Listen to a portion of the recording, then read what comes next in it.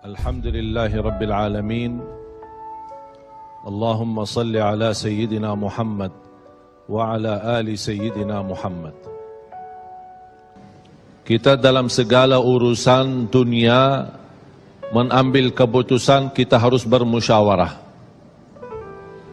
Tapi kalau dalam hal ibadah tidak semestinya bermusyawarah.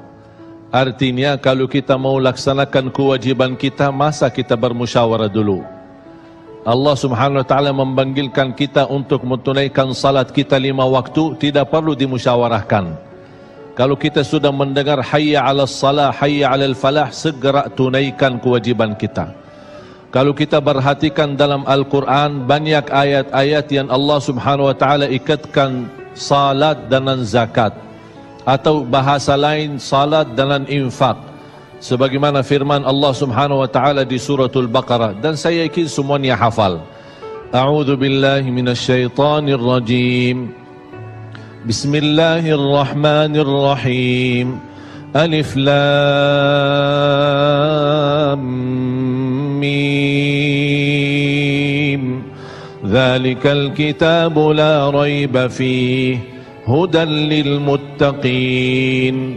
Alkitab ini petunjuk bagi siapa? Bagi muttaqin.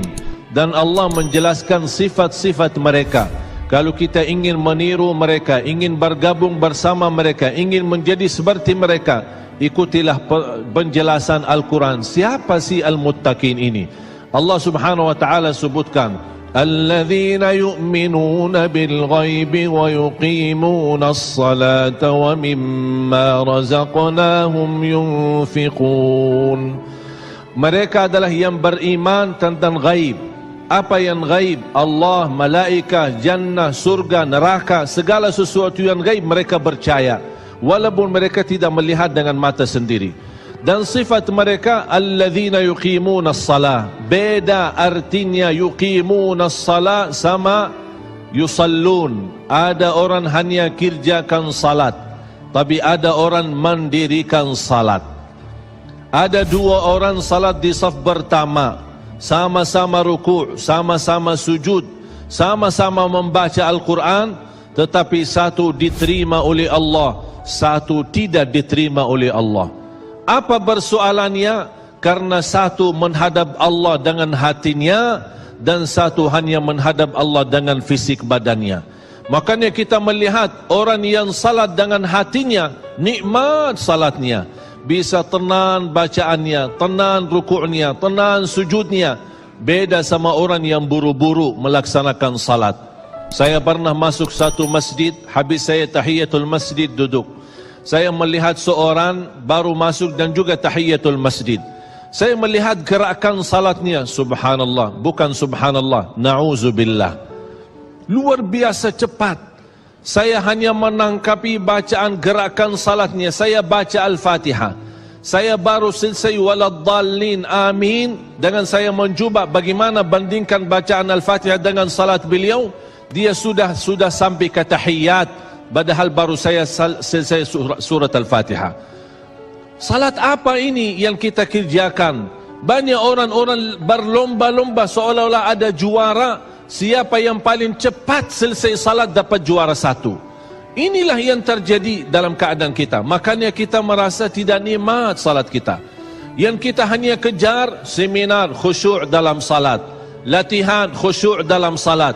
Sebenarnya Bapak Ibu biar faham, tidak ada perintah dalam Al-Quran memerintahkan salat yang khusyuk. Tidak ada perintah dari Rasul salat yang khusyuk. Salat khusyuk itu apa? Salat yang khusyuk hasil dari salat yang tenang. Allah perintahkan ketenangan dalam salat. Ar-Rasul SAW memerintahkan ketenangan dalam salat. Kalau sifat khusyuk adalah sifat orang mukmin yang melaksanakan salat tumaknina. Qad aflahal mu'minun alladzina hum fi salatihim khashi'un. Ketika ada seorang datang ke masjid di zaman Rasulullah sallallahu alaihi wasallam, masuk masjid tahiyatul masjid, selesai salat dia datang kepada Rasul mau salaman, Rasul tidak menjawab. Bahkan Rasul berkata, salli fa innaka lam tusalli, salatlah karena kamu belum salat. Dia pergi ke depan, salat lagi, selesai balik lagi bertemu Rasul. Mau salaman, Rasulullah SAW tidak menjawab. Salli fa innaka lam tusalli, salat dulu karena kamu belum salat. Sampai 3 kali dikasih tahu oleh Rasulullah SAW. Akhirnya orang berkata, mohon maaf ya Rasulullah, saya tidak tahu selain ini salatku. Gimana? Kata Rasulullah SAW, fa idza qumta faqum mutma'inna. Kalau berdiri, berdiri tenang, tumaknina. Tumaknina salah satu rukun di dalam salat. Tidak sah salat seorang tanpa Al-Fatihah, betul? Sama tidak sah salat seorang tanpa tumaknina. Baca tenang, rukuk yang tenang, sujud yang tenang, wallahi akan terasa nikmat. Dari hasil ketenangan dan upaya dan ikhtiar kita akan muncullah rasa khusyuk. Karena khusyuk bukan sesuatu yang datang dari luar, tapi khusyuk sudah ada di dalam hati. Tinggal bagaimana cara dikelola, bagaimana bisa dikembangkan cara salat yang